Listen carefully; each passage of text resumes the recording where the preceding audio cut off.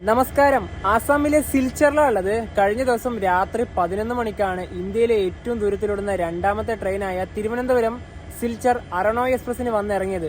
നേരെ പോയത് ഇവിടുത്തെ റെയിൽവേന്റെ റിട്ടയർ റൂമിലേക്കാണ്. അപ്പൊ നിങ്ങൾ ഇന്ന് കാണാൻ വേണ്ടി പോകുന്നത് സിൽച്ചറിന്റെ കാഴ്ചകളാണ്.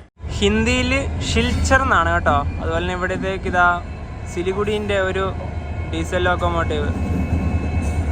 ഇവിടെ കൂടുതലും ഡീസൽ ലോക്കോമോട്ടീവുകളാണ് ഉള്ളത്.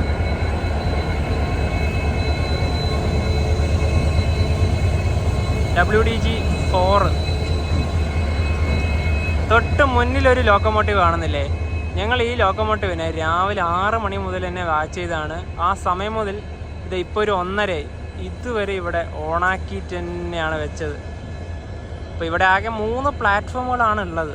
വളരെ പഴക്കം ചെന്നൊരു റെയിൽവേ സ്റ്റേഷനാണ് ഇത്. സ്റ്റേഷൻ്റെ കോഡ് വരുന്നത് SCL എന്നാണ്. അപ്പോൾ റിട്ടയറിംഗ് റൂമൊക്കെ വരുന്നത് 1-ാം നമ്പർ പ്ലാറ്റ്ഫോമിൽ തന്നെയാണ്. 13:34, അതായത് 1:34 ആ ലോക്കോമോട്ടീവ് ഇവിടെ കപ്പിൾ ചെയ്യാൻ വേണ്ടിയിട്ട് വന്നതാണ്. അപ്പോൾ ഇതാണ് 1-ാം നമ്പർ പ്ലാറ്റ്ഫോം. ഇവിടെ ഒരേ പ്ലാറ്റ്ഫോമിൽ തന്നെ 2 ട്രെയിനുകളുണ്ട്. എല്ലാം ഡീസൽ ലോക്കോമോട്ടീവിൻ്റെ മയം മാത്രം.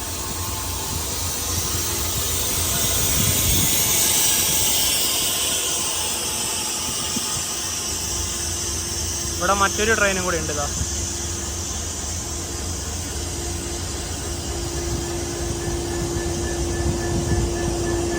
WDG-4 സിലിഗുഡി ലോക്കോമോട്ടീവ് ഷെഡിന് കീഴിലുള്ള ലോക്കോമോട്ടീവാണിത്.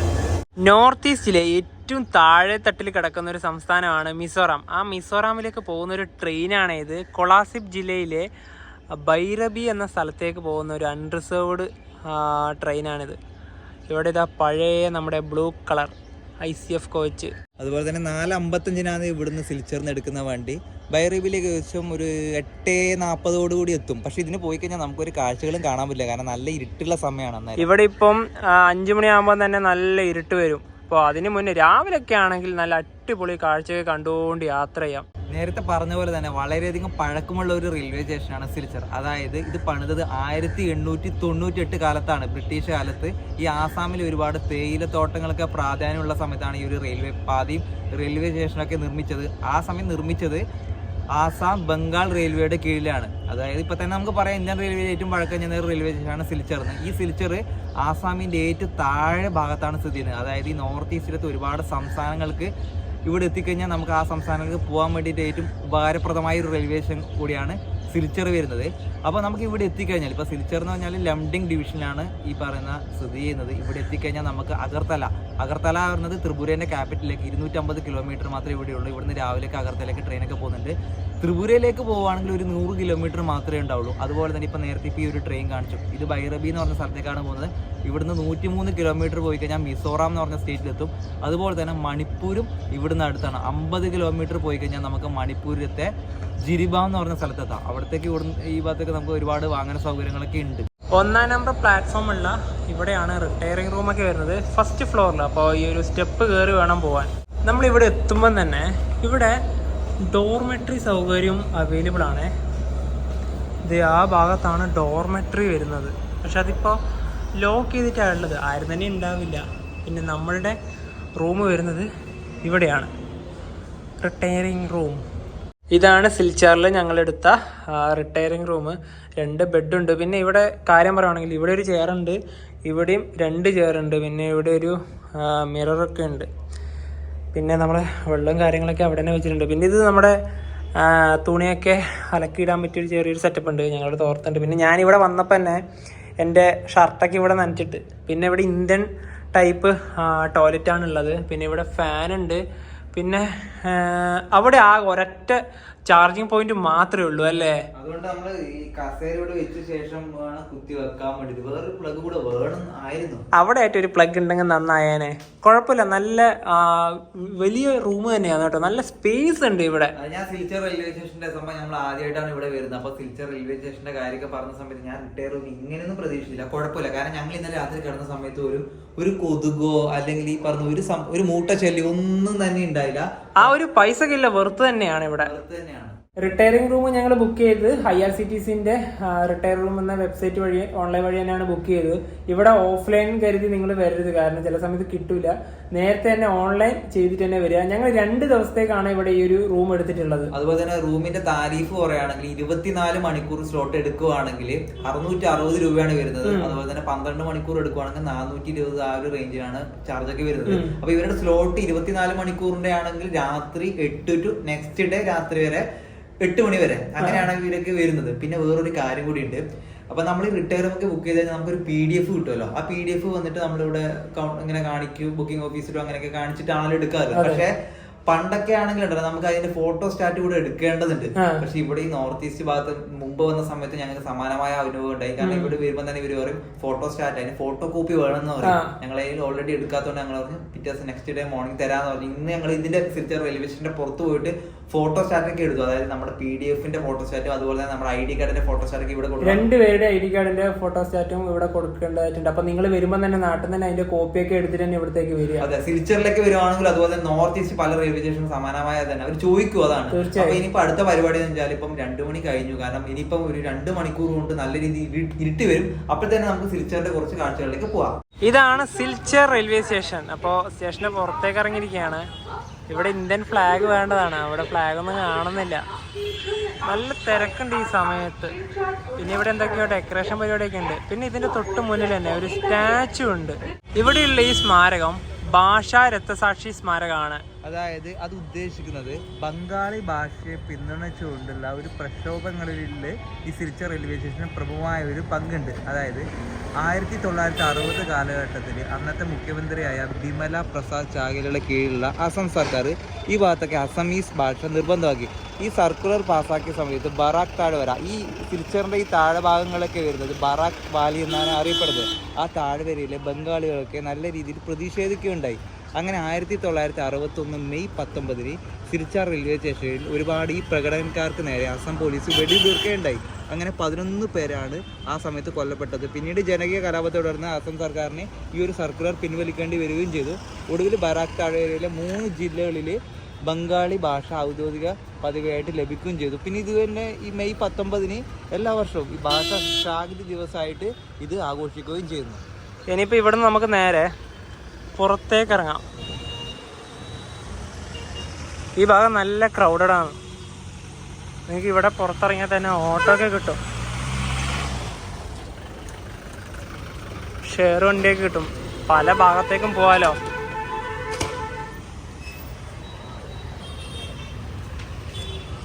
ഇതാണൊരു വ്യൂ. ഇവിടെയൊക്കെ ചെറിയ ചെറിയ ധാബകളൊക്കെ ഉണ്ട്.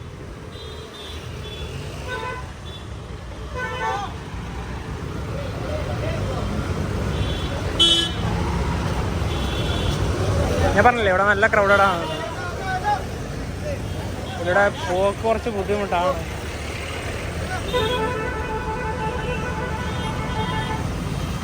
ഇപ്പോൾ സിൽച്ചർ എന്നുള്ള ഒരു ചെറിയൊരു റെയിൽവേ സ്റ്റേഷൻ്റെ അവിടെ നിന്ന് ഇപ്പോൾ ടൗൺ ഭാഗത്തേക്ക് ഇതാ ഞങ്ങൾ ഇറങ്ങിയിരിക്കുകയാണ്. ഇവിടെ തന്നെ ഒരുപാട് ഹോട്ടൽസൊക്കെ ഉണ്ട് കേട്ടോ.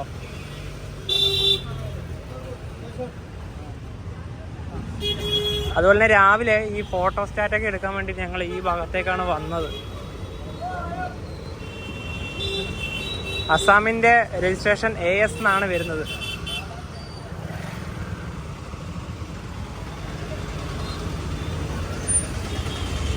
വൃത്തിയൊക്കെ ഉണ്ട്, വലിയ ബുദ്ധിമുട്ടായിട്ട് തോന്നിയിട്ടൊന്നുമില്ല.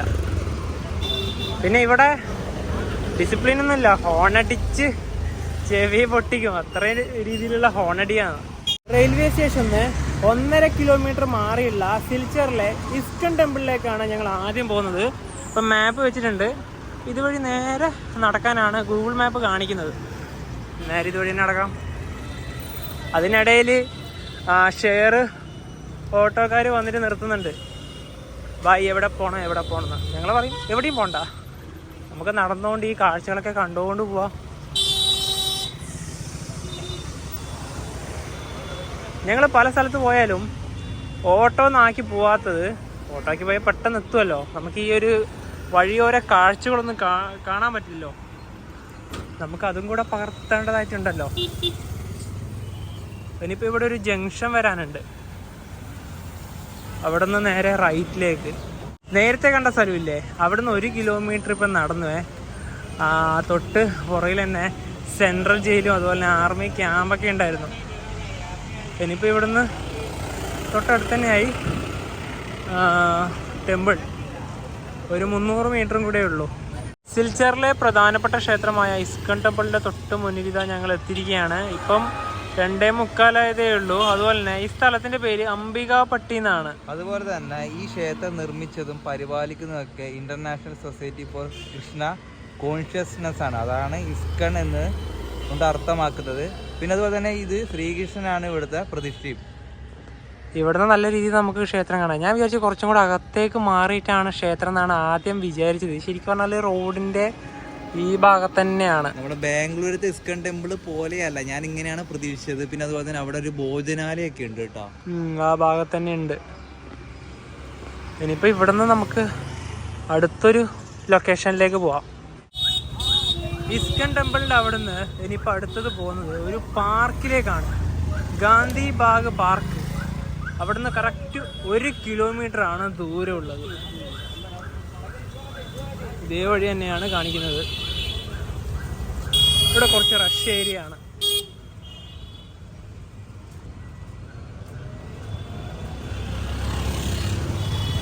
ഇതുപോലുള്ള സൈക്കിൾ റിക്ഷകളൊക്കെ ഉണ്ട് കേട്ടോ. അങ്ങനെ നടന്ന് പാർക്കിൻ്റെ അവിടെ എത്തി. ഇനിയിപ്പോൾ ഇതാണ് എൻട്രൻസ് വരുന്നത്. 2 PM to 8 PM വരെയാണ് എൻട്രി ഉള്ളത്. വ്യാഴാഴ്ച ക്ലോസ് ആണ്. അപ്പോൾ ഇതാണ് ഗാന്ധി ബാഗ് പാർക്ക്. ടിക്കറ്റ് ഉണ്ട് കേട്ടോ. ഒരാൾക്ക് 30 രൂപയാണ്, 2 പേർക്കും കൂടെ 60 രൂപയാവും. അതായത് കയറി വരുമ്പോൾ ഇവിടെ തന്നെയാണ് ആ ഒരു ടിക്കറ്റ് കൗണ്ടറും കൂടെ വരുന്നത്. ടിക്കറ്റ് എടുത്ത് നേരെ ഇതുവഴി അകത്ത് കയറിയേ. അപ്പോൾ കയറുമ്പം തന്നെ ഇവിടെ ഗാന്ധി ബാഗ് പാർക്ക് സിൽച്ചാർ എന്നൊക്കെ എഴുതി ചെറിയൊരു ബോർഡൊക്കെ ഉണ്ട്. അപ്പോൾ ഇവിടെ ഇങ്ങനെയാണ്. ഇവിടെ ഐ ലവ് സിൽച്ചാർ എന്ന് എഴുതുക കണ്ട. അടിപൊളി തന്നെയാണ്. രാത്രിക്ക് ഇവിടെ നല്ല ലൈറ്റൊക്കെ ഇടും. അപ്പോൾ 8 മണി വരെ നമുക്ക് ഇവിടെ വന്ന് നിൽക്കാം കേട്ടാ. ഒരുപാട് ഭാഗത്തേക്ക് നമുക്ക് നടന്നു പോവാം. അപ്പോൾ അതുവഴി ഒരു ചെറിയൊരു ബ്രിഡ്ജ് ഉണ്ട്, പക്ഷെ അത് ക്ലോസ് ചെയ്തിട്ടാണുള്ളത്. ഇതാ ഇവിടെ പാർക്കിൻ്റെ ഇവിടെ തന്നെ ഒരു ചെറിയൊരു ബോർഡുണ്ട്. അതിൽ എഴുതി കാണാം. അതായത് ഈ മുകൾ ഭാഗത്ത് എഴുതിയാണ് 1921 ഓഗസ്റ്റ് 27 ഈ ഭാഗത്ത്, അതായത് ഇവിടെ മഹാത്മാഗാന്ധി വരികയുണ്ടായി. അതിൻ്റെ പിറ്റേസ് തന്നെ ഫത്തക് ബസാർ എന്ന് പറഞ്ഞൊരു ഭാഗത്തേക്കുള്ള ഒരു ബഹുജന റാലിയിൽ അദ്ദേഹം പങ്കെടുക്കുകയും അവിടെ മഹാത്മാഗാന്ധിയുടെ ഒരു സ്റ്റാച്ചു പണി കഴിപ്പിക്കുകയുണ്ടായി. ഈ നടുക്ക് കാണുന്നില്ലേ, ഇത് ആസാമീസാണ്. പിന്നെ ഇവിടെ തന്നെ ബരക് വാലിയിൽ ഇതിൻ്റെ ഈ ഒരു ആസാമിലത്തെ ഏറ്റവും വലിയൊരു പൈനാപ്പിളൊക്കെ ഉണ്ടാക്കുന്ന ഒരു ഭാഗമൊക്കെ ഉണ്ട് എന്നൊക്കെ പറഞ്ഞിട്ട് ഇവിടെ ചെറിയൊരു ബോർഡൊക്കെ എഴുതിയിട്ടുണ്ട്. ഇനിയിപ്പോൾ ഇതുവഴി ഒരു റൗണ്ടൊക്കെ അടിച്ചതിന് ശേഷം ആ ഭാഗത്ത് എവിടെയെങ്കിലും പോയി കുറച്ച് നേരം ഇരിക്കാം അല്ലേ. അത്യാവശ്യം നല്ലോണം ഉണ്ട്. കുട്ടികൾക്കുള്ള ചെറിയൊരു പാർക്കൊക്കെ ഉണ്ട്. അതുപോലെ തന്നെ ഇതിലൂടെ തന്നെ ഒരു ചെറിയൊരു ട്രെയിൻ സർവീസൊക്കെ ഉണ്ട് കണ്ടാ. പിന്നെ ട്രാക്കാണ് ഇതുവഴി പോകുന്നത്. ആ ട്രെയിൻ ഇതിൻ്റെ അടി ഭാഗത്തേക്കൂടെയാണ് കടന്നു പോവുക. കുറച്ച് കുട്ടികൾ ഇപ്പോൾ അതിൽ കയറാനുണ്ടെങ്കിലുണ്ടല്ലോ നമുക്ക് ആ ട്രെയിൻ പോകുന്നത് കാണാമായിരുന്നു. ഞങ്ങളിപ്പോൾ നല്ലൊരു സ്ഥലം നോക്കി ഇവിടെ വന്നിരിക്കുകയാണ്. കുറച്ച് നേരം ഇവിടെ നിന്ന് റെസ്റ്റൊക്കെ എടുത്ത് പോകാമെന്ന് കരുതി. ഞങ്ങൾ ഈ പാർക്കിൻ്റെ ഇതിലൂടെ തന്നെ വീഡിയോ എടുത്ത് നടക്കുന്ന സമയത്ത് ഞങ്ങളുടെ മലയാളം കെടുത്തി ഇവിടെ ഒരു ആസാമി ചേട്ടൻ വന്ന് ഞങ്ങളോട് ചോദിച്ചു കേരളത്തിൽ എവിടെയാണെന്ന്. ഞങ്ങൾ കാസർഗോഡ് എന്ന് പറഞ്ഞു. പൊതുവെ ഈ ആസാമിലത്തെ ആൾക്കാർക്കും ബംഗാളിലത്തെ ആൾക്കാർക്കും കേരളത്തിനോട് ഭയങ്കര അധികം ഒരു മതിപ്പാണ്. കാരണം കൂടുതൽ ആൾക്കാർ ഇവിടെയുള്ള കുറേ ആൾക്കാരാണ് നമ്മുടെ നാട്ടിൽ വന്നിട്ട് പണിയെടുക്കുന്നത്, പല ജോലിയൊക്കെ എടുക്കുന്നത്. ഒരു കണക്ഷൻ ഉണ്ട്. ഞങ്ങൾ ദിബ്രുഗഡ് പോയ സമയത്ത് ഞങ്ങൾ അത് അറിഞ്ഞാണ്. അപ്പം ഇതിലെ കൂടെ നടക്കുമ്പോൾ പോലും മലയാളം അറിയുന്ന ആൾക്കാർ കൂടി ഉണ്ട്. അപ്പം ബായി എന്നല്ല പറയല്ലേ, ഈ ആസാമീസിൽ ഇപ്പം നമ്മൾ ചേട്ടാന്നൊക്കെ വിളിക്കും. തമിഴ്നാട് പോയി കഴിഞ്ഞാലൊക്കെ നമ്മൾ അണ്ണാന്ന് വിളിക്കുമല്ലോ. അതുപോലെ തന്നെ ബംഗാളിയിൽ ദാദാന്നാന്ന് പറയില്ലേ. അപ്പം ആസാമീസിൽ ദാന അങ്ങനെയൊക്കെയാണെന്ന് തോന്നുന്നു. ഈ ബംഗാളി ആസാമിയും തമ്മിൽ ഭയങ്കരമായിട്ട് എഴുത്തില്ലേ, ഭയങ്കരമായിട്ട് ഒരു ബന്ധമുണ്ട്. പെട്ടെന്ന് തോന്നുമ്പോൾ ഇതേത് ഭാഷ നമുക്ക് മനസ്സിലാവില്ല, പക്ഷെ പറയുമ്പോൾ വ്യത്യാസം വരുന്നുണ്ട് കേട്ടോ. ഇനി 1.5 മണിക്കൂർ കൊണ്ടുണ്ടല്ലോ ഇവിടെ പെട്ടെന്ന് ഇരുട്ട് വരും.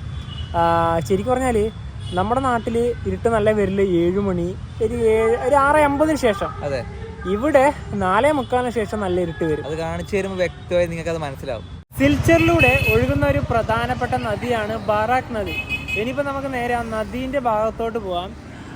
ഇപ്പോൾ 3:25 ഇരുട്ട് വന്ന് തുടങ്ങലായി കേട്ടോ. സൂര്യൻ അസ്തമിക്കാനുള്ള ഒരു മട്ടിലാണിപ്പോൾ. ഇവിടെ ഒരു ബോർഡൊക്കെ ഉണ്ട്, department of water resources flood cell. അതായത് ഇതാ ഈ ഒരു നദീൻ്റെ ഇവിടെ ഞങ്ങൾ തിരിക്കുകയാണ്. ഇത്രയും നല്ലൊരു വ്യൂ നമുക്ക് ഇവിടുന്ന് കിട്ടും. ശരിക്കും പറഞ്ഞാൽ ഫ്ലഡിൻ്റെ അത് എഴുതി കണ്ടില്ലേ, അതായത് ഇവിടെയൊക്കെ വെള്ളപ്പൊക്കം വരുന്ന സ്ഥലമാണെന്നാണ് ഉദ്ദേശിക്കുന്നത്. ഇത് അവിടെ നിന്ന് എന്താ മീൻ പിടിക്കുകയാണോ, എന്തൊക്കെയോ പരിപാടിയൊക്കെ നടക്കുന്നുണ്ട്. പിന്നെ അവിടെ വലിയൊരു ബ്രിഡ്ജ് ഉണ്ട്, അതിൻ്റെ അവിടെ നിന്ന് കാണുന്നൊരു കാഴ്ച ഉണ്ട്. ആ തൊട്ട് പുറകിൽ മുഴുവനും മലനിരകളാണ്. അപ്പോൾ ഇവിടുന്ന് കാണുന്നൊരു കാഴ്ച കണ്ട അടിപൊളിയല്ലേ. ഈ ഭാഗത്തിനെ പറയുന്ന പേര് അന്നപൂർണ ഘട്ട് എന്നാണ്. അതുപോലെ തന്നെ തൊട്ട് മുന്നിൽ കാണുന്ന ബ്രിഡ്ജില്ലേ, അത് സദർഘട്ട് ബ്രിഡ്ജാണ്. അപ്പോൾ ഇവിടുന്ന് നമുക്കിപ്പോൾ ഇത്രയും കാഴ്ചയാണ് കാണാനായിട്ട് സാധിക്കുന്നത്. അതിൽ നല്ല രീതിയിലുള്ള വെള്ളമൊക്കെ ഉണ്ട്. പിന്നെ ഇവിടെ എന്തൊക്കെയോ കൃഷിയൊക്കെ ഉണ്ട് കേട്ടോ. അങ്ങ് ആ താഴെ ഭാഗത്തൊക്കെ എന്തൊക്കെയോ കാണുന്നുണ്ട്. പിന്നെ അവിടെ ഒരു കൂട്ടം ആൾക്കാരത്ര അവിടെ ആ ഒരു ചെറിയൊരു തോണിയുണ്ട് അവിടെ നിന്ന് എന്തൊക്കെയോ കയറ്റുന്നൊക്കെ ഉണ്ട്. മുളയൊക്കെ കെട്ടി വെച്ചിട്ടല്ലേ. പിന്നെ ഇതാ ഇവിടെയൊക്കെ മുള കാണാം നമുക്കിതാ തൊട്ട് മുന്നിലായിട്ട് തന്നെ. സിൽച്ചാറിൻ്റെ ഈ ഒരു ഭാഗത്തെ ഇത് റെയിൽവേ സ്റ്റേഷൻ്റെ തൊട്ട് പുറകിലാണ് കേട്ടോ. അതായത് നിങ്ങൾ റെയിൽവേ സ്റ്റേഷനിൽ വരികയാണെങ്കിൽ അതിൻ്റെ ബാക്ക് എൻട്രിയിലേക്ക് കൂടെ നേരെ ഇങ്ങോട്ട് വരിക. ആ ബാക്ക് ഗേറ്റ് വഴി നേരെ വന്നാൽ നിങ്ങൾക്ക് ഈ ഒരു ലൊക്കേഷനിൽ എത്താനായിട്ട് സാധിക്കും. കാമാണ്, അധികം ഒച്ചപ്പാടോ ബഹളോ ഒന്നും തന്നെയില്ല. സിറ്റീൻ്റെ പല ഭാഗത്തു നിന്നുള്ള വേസ്റ്റൊക്കെയാണ് ഈ നദി വഴി ഇപ്പം ഒഴുകി പോകുന്നത്. ഈ ചേട്ടനിപ്പോൾ ഇവിടെ നിന്ന് എന്താ ചെയ്യുക? ഒരാളങ്ങനെ തോണി തുഴഞ്ഞു വരുന്നുണ്ട്, ഒരാൾ ഇതിലൂടെ അങ്ങോട്ടൊക്കെ കുറേ നേരമായി പോകുന്നത്. നല്ല രസമല്ലേ തോണിയിലൊക്കെ പോകാൻ. ഇവിടെ തന്നെ ഈ തൊട്ട് മുന്നിൽ കാണുന്ന ഇതൊക്കെ ഇല്ലേ, ഇവിടുത്തെ ആൾക്കാർ താമസിക്കുന്ന വീടുകളാണ് ഇതൊക്കെ. അതുപോലെ തന്നെ ഇവിടെ കുറച്ച് പ്രതിമകളൊക്കെ ഉണ്ട് ഈ പുഴയുടെ തീരത്തോട് ചേർന്ന് തന്നെ. ആസാമിലത്തെ ഏറ്റവും വലിയ നഗരം വരുന്നത് ഗുവാഹത്തിയാണ്. ആ ഗുവാഹത്തി കഴിഞ്ഞ ഉടനെ ആസാമിലെ ഏറ്റവും വലിയ രണ്ടാമത്തെ നഗരമാണ് സിൽച്ചർ വരുന്നത്. ഈ സിൽച്ചർ സ്ഥിതി ചെയ്യുന്നത് കാച്ചാർ എന്ന് പറഞ്ഞൊരു ജില്ലയിലാണ്. അതുപോലെ തന്നെ നേരത്തെ പറഞ്ഞ പോലെ ബറാക്ക് വാലി എന്ന് പറഞ്ഞൊരു മേഖലയിലാണ് സിൽച്ചറൊക്കെ സ്ഥിതി ചെയ്യുന്നത്. ആസാമിൻ്റെ തെക്കേ അറ്റത്തുള്ള 3 ജില്ലകൾ ചേർന്ന ഒരു ഭാഗമാണ് ബറാക്ക് വാലി. അതായത് സിൽച്ചറിൻ്റെ സ്ഥിതി ചെയ്യുന്ന കാച്ചാർ ജില്ലയും അതുപോലെ തന്നെ കരീംഗഞ്ച് ജില്ലയും ഹൈലക്കണ്ടി എന്ന് പറഞ്ഞൊരു ജില്ലയുണ്ട്. ആ 3 ജില്ലകൾ ചേർന്ന ഭാഗമാണ് ഈ ബറാക്ക് വാലി. ബറാക്ക് വാലി എന്ന് പറഞ്ഞ ഒരു ഡിവിഷൻ്റെ ആസ്ഥാനം, ഭരണപര ആസ്ഥാനം വരുന്നത് സിൽച്ചർ തന്നെയാണ്. പിന്നെ നേരത്തെ പറഞ്ഞ പോലെ തന്നെ എന്താ പറയുക, നമ്മൾ പോകുന്ന വഴി തന്നെ ഒരുപാട് എന്താ പറയുക ഈ ചായപ്പൊടി പോലത്തെ സംഭവങ്ങളൊക്കെ ഉണ്ട്. അതായത് ഈ ചായപ്പൊടി അതുപോലെ തന്നെ ഒരുപാട് കാർഷിക ഉൽപ്പന്നങ്ങൾക്കൊക്കെ പേര് കേട്ട സ്ഥലം കൂടിയാണ് സിൽച്ചർ. കാരണം ഇവിടുന്ന് കുറച്ച് പോയി കഴിഞ്ഞാൽ നമുക്ക് ഒരുപാട് ടീ ഗാർഡൻസ് ഒക്കെ കാണാൻ വേണ്ടി കഴിയും. നമ്മുടെ മുന്നിലുള്ള ബറാക്ക് നദി മണിപ്പൂർ, മിസോറം, ആസാം എന്ന 3 സംസ്ഥാനങ്ങളിലൂടെയാണ് ഒഴുകുന്നത്. ഇന്ത്യക്ക് പുറമെ ഇത് ചെറുതായിട്ട് ബംഗ്ലാദേശിലൂടെയും ഒഴുകുന്നുണ്ട്. നമ്മുടെ രാജ്യത്ത് ഇത് 524 കിലോമീറ്റർ ഒഴുകുമ്പോൾ ബംഗ്ലാദേശിൽ 31 കിലോമീറ്റർ മാത്രമേ ഒഴുകുന്നുള്ളൂ. അവിടെ വേറെ പേരിലാണ് ഈ നദി അറിയപ്പെടുന്നത്. ഇനിയിപ്പോൾ ഈ നദിയുടെ ഭാഗത്തു നിന്നൊക്കെ ഞങ്ങൾ മാറുകയാണ്, നേരെ റെയിൽവേ സ്റ്റേഷൻ ഭാഗത്തേക്ക് തന്നെ പോവുകയാണ്. 4:15 ഇപ്പോൾ ഇതാ ഇരുട്ട് വന്ന് തുടങ്ങിയാണ്. ഇത് റെയിൽവേ സ്റ്റേഷൻ്റെ ബാക്ക് ഗേറ്റിലേക്കുള്ള എൻട്രൻസ് ആണ്. അപ്പോൾ നേരത്തെ വന്ന അതുവഴി തന്നെ നടന്നിട്ട് ഇനി പോകണമെന്നില്ല. നല്ല രീതിയിലുള്ള തണുപ്പും വന്നു തുടങ്ങി. 16:56, അതായത് 4:56 ആയതേ ഉള്ളൂ. അപ്പോഴത്തേക്ക് ഇതാ ഇവിടെ നല്ല ഇരുട്ട് വന്ന്. നേരത്തെ പറഞ്ഞല്ലോ ഇവിടെ പെട്ടെന്ന് തന്നെ സൂര്യനൊക്കെ അസ്തമിക്കും. ഇതുവഴി ഒരു ട്രെയിൻ കടന്നു വരുന്നുണ്ട്. 4:58 ആയതേ ഉള്ളൂ. ആ സമയത്തെ കാഴ്ചയാണ് നിങ്ങൾ ഈ കാണുന്നത്. റെയിൽവേ സ്റ്റേഷൻ്റെ പുറത്തിപ്പോൾ നേരത്തെ പറഞ്ഞല്ലോ ഇവിടെ ധാബകളാണെന്ന്. അതുപോലെ ഇവിടെയും കുറച്ച് ഹോട്ടൽസൊക്കെ ഉണ്ട്. നേരത്തെ നമ്മൾ നടന്നു പോയ വഴിയാണ് ആ തൊട്ട് മുന്നിൽ കാണുന്നത്. ഇനിയിപ്പോൾ ഒരു 7 മണിയൊക്കെ ആകുമ്പോൾ ഞങ്ങൾ പുറത്തേക്ക് ഇറങ്ങും. ഇവിടെ നിന്ന് നല്ലൊരു ഹോട്ടൽ നോക്കി ഭക്ഷണം കഴിക്കാൻ. അതുവരെ ഞങ്ങൾ നേരെ റൂമിലോട്ട് പോവുകയാണ്. ഞങ്ങളിവിടെ ഒരു ഹോട്ടലിലേക്ക് വന്നിരിക്കുകയാണ്. രാത്രി കഴിക്കേണ്ട ഭക്ഷണമൊക്കെ പറഞ്ഞിട്ടുണ്ട്. അപ്പോൾ റൊട്ടിയാണ് പറഞ്ഞത് കേട്ടോ. റൊട്ടിയും ഒരു സബ്ജിയും, അതായത് ഒരു ഉരുളക്കിഴങ്ങിൻ്റെ ഒരു കറിയാണ് പറഞ്ഞത്. 4 റൊട്ടി ഉണ്ട്. അതോടൊപ്പം തന്നെ ഉരുളക്കിഴങ്ങ് മാത്രമല്ല കേട്ടോ, സോയാബീൻ ഇല്ലേ അതും കൂടി ഉണ്ട്. അതൊക്കെ ഒരു ചെറിയൊരു ഗ്രേവി ടൈപ്പിലാണ് ഇവിടെ വന്നിട്ടുള്ളത്. അതോടൊപ്പം തന്നെ ഇവിടെ ഒരു അച്ചാറും കൂടി ഉണ്ട്. അപ്പോൾ ഇതാണ് രാത്രിക്ക് കഴിക്കുന്ന ഭക്ഷണം. ഇവിടെ അത്യാവശ്യത്തിൽ ഇപ്പം നല്ല തിരക്ക് വന്ന്. ഇനിയിപ്പോൾ നമ്മൾ നേരെ നമ്മളുടെ റൂമിലേക്ക് തന്നെ പോവുകയാണ്. ഞങ്ങൾ റിട്ടയറിംഗ് റൂമിൻ്റെ ഭാഗത്തേക്ക് വന്നപ്പോഴാണ് 1-ാം നമ്പർ പ്ലാറ്റ്ഫോമിലേക്ക് ഒരു വണ്ടി വന്നത്. ഇത് ബരക് ബ്രഹ്മപുത്ര എക്സ്പ്രസ് ആണ്. അതായത് സിൽച്ചാറിന്ന് ദിബ്രുഗഡ് വഴി ടിൻഷുക്കയിലേക്ക് പോകുന്ന വണ്ടിയാണ്. എല്ലാ ശനിയാഴ്ചയും ഇവിടുന്ന് പുറപ്പെടുന്ന വണ്ടിയാണ്. ഈ ട്രെയിനിൻ്റെ കാര്യം പറയാൻ കാരണം, നമ്മുടെ സിൽച്ചർ അർണോ എക്സ്പ്രസ് ഇല്ലേ, അത് കോയമ്പത്തൂർ എക്സ്പ്രസ് ആയിട്ട് റേക്ക് ഷെയറിംഗ് ഉള്ള കാര്യം ഞങ്ങൾ ആ ഒരു വീഡിയോയിലൊക്കെ പറഞ്ഞിട്ടുണ്ടായിരുന്നു. പക്ഷേ അത് ഈ ഒരു ട്രെയിനുമായിട്ടും റേക്ക് ഷെയറിംഗ് ഉണ്ട്. അത് ബോർഡിലൊന്നുമില്ല, പക്ഷേ ഇപ്പോൾ 3 വണ്ടിയായിട്ട് ഇത് റേക്ക് ഷെയറിംഗ് ഉണ്ട്. സിൽച്ചറിൻ്റെ കുറച്ച് കാഴ്ചകളൊക്കെ കണ്ട് ഞങ്ങളിതാ വീണ്ടും റൂമിലേക്ക് തന്നെ ഭക്ഷണമൊക്കെ കഴിച്ചതിന് ശേഷം എത്തിയിരിക്കുകയാണ്. ഇവിടുത്തെ കാര്യം പറയുമ്പോൾ, നേരത്തെ പെട്ടെന്ന് ഇരുട്ട് വരുമെന്ന് പറഞ്ഞില്ലേ, അത് വേറെ ഒന്നുമല്ല, ടൈം സോണാണ്. നമ്മുടെ ഇന്ത്യ വലിയൊരു രാജ്യമാണല്ലോ. ആ ഒരു രാജ്യത്തിൻ്റെ അകത്ത് തന്നെ പല ഭാഗങ്ങളുണ്ട്. നമ്മുടെ സൗത്ത് ഇന്ത്യയിലേക്ക് പറയുകയാണെങ്കിൽ ഇപ്പോഴത്തെ ഇവിടുത്തെ ഒരു കണ്ടീഷൻ വെച്ച് പറയുകയാണെങ്കിൽ ഏകദേശം ഒരു 1.5 മണിക്കൂറിൻ്റെ ഒരു ടൈം സോണിൻ്റെ വ്യത്യാസം നമ്മുടെ നാടായിട്ട് വരുന്നുണ്ട്. അതായത് ഇവിടെ 5 മണിയാകുമ്പോൾ തന്നെ നല്ല ഇരുട്ട് വന്നല്ലോ. നമ്മുടെ നാടാണെങ്കിൽ അത് 7 മണി. അതായത് ഇപ്പൊ നമ്മള് ഗൾഫ് നാട് പോയി കഴിഞ്ഞാൽ ടൈം വ്യത്യാസമാണെന്ന് പലർക്കും അറിയാലേ, നമ്മുടെ നാടും അത് തമ്മിൽ അതുപോലെ ആണെന്ന് പറയാം. ശരിക്കും പറഞ്ഞാൽ ഞങ്ങൾക്ക് ഇതിനെ കുറിച്ച് അറിയില്ല. ഞങ്ങൾ ആദ്യമായിട്ട് ആസാമിൽ 2 വർഷം മുന്നേ ദിബ്രുഗഡ് പോയ സമയത്ത് ഞങ്ങളെ വിചാരം നേരത്തെ സൂര്യൻ ഉദിക്കും, നേരത്തെ അസ്തമിക്കും, ആ ഒരു ചിന്താഗതി ഉണ്ടായത്. പിന്നീട് മനസ്സിലായത് ടൈം സോണിന്റെ വ്യത്യാസമാണെന്ന് മനസ്സിലായത്. പിന്നെ ഒരു രാജ്യമായോണ്ട് എന്താ പറയുക, ഒരൊറ്റ ടൈമിൽ തന്നെയാണല്ലോ പോകുന്നത്. അതുകൊണ്ടാണ് നമ്മൾ ഈ പറഞ്ഞ പലർക്കും അറിയാത്തത്. അപ്പം ടൈം സോണ് നല്ല വ്യത്യാസമുണ്ട്. നമ്മൾ ഇതിന്റെ ഈ ഒരു നോർത്ത് ഈസ്റ്റ്, ഈ ആസാമിന്റെ ഭാഗത്തിനെയും പിന്നെ കൊൽക്കത്ത ഭാഗത്തേക്കൊക്കെ പോകില്ല, അതിന്റെ നടുക്ക് ബംഗ്ലാദേശും കൂടെ വരുന്നുണ്ട്. അവർക്ക് വേറെ ടൈം സോൺ ആണല്ലോ. നമ്മൾ ഒരൊറ്റ രാജ്യമാണ് ഒരു ടൈമിങ് തന്നെ നിൽക്കുന്നത്. അപ്പൊ ആ ഒരു വ്യത്യാസമുണ്ട്. ചെറിയ 1.5-2 മണിക്കൂർ നമുക്ക് മാറിയിട്ടാണ്. അപ്പൊ ഇവിടെ ഒരു 4:45 ആകുമ്പോൾ നല്ല ഇരുട്ട് വരുന്നുണ്ട്. അതുപോലെ തന്നെ രാവിലെ 4:30-5 മണിയോട് കൂടി നല്ല വെളിച്ചം വരുന്നുണ്ട്. 4:15 ആകുമ്പോഴേ ഇവിടെ വെളിച്ചം വരുന്നുണ്ട്. ശരിക്കും പറഞ്ഞാൽ ഇന്ത്യയിലെ ആദ്യം സൂര്യൻ ഉദിക്കുന്നത് അരുണാചൽ പ്രദേശിലാണ്. നോർത്ത് ഈസ്റ്റ് ഭാഗം നേരത്തെ തന്നെയാണെന്ന് പറയാം. സിൽച്ചറിന്റെ കുറച്ച് കാഴ്ചകളാണ് ഇന്നത്തെ ഒരു വീഡിയോയിൽ കണ്ടത്. അപ്പൊ ഇനിയിപ്പോ അടുത്തത് ഞങ്ങൾ പോകുന്നത് എവിടത്തേക്കാ? ഇതുവരെ ഞങ്ങൾ പോവാത്ത ഒരു സംസ്ഥാനത്തിലേക്കാണ്, ത്രിപുരയിലേക്ക് ഒരു ട്രെയിൻ യാത്രയാണ്. അതെ, അപ്പൊ ത്രിപുരേന്റെ കാഴ്ചകളാണ് ഇനിയുള്ള ദിവസങ്ങളിൽ നിങ്ങൾ കാണാൻ വേണ്ടി പോകുന്നത്. അപ്പൊ ഈ ഒരു വീഡിയോ എനിക്ക് ഇഷ്ടപ്പെടുന്നതായിരിക്കുന്നു. അപ്പൊ നമുക്ക് മറ്റൊരു ബൈ.